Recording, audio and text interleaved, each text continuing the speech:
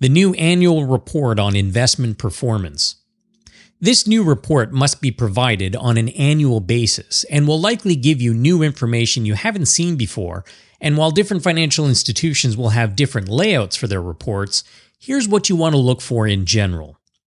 Information may be presented as text, tables, and charts and will include the market value of all cash and investments at the beginning of the 12-month reporting period, the market value of all deposits and transfers to the account during the 12-month period, and note that this does not include reinvested income generated by your investments, the value of all withdrawals and transfers from the account during the 12-month period.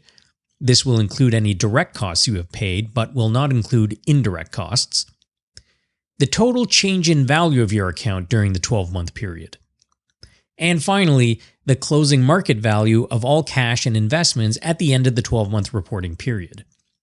This data may also be shown in a chart.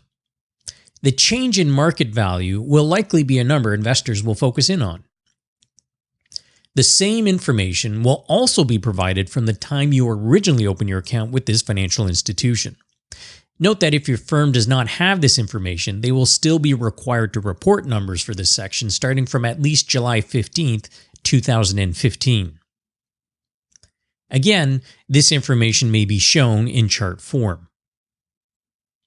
This new report will also be required to provide you with your personal rate of return after taking into account any charges using what's called a money-weighted rate of return calculation.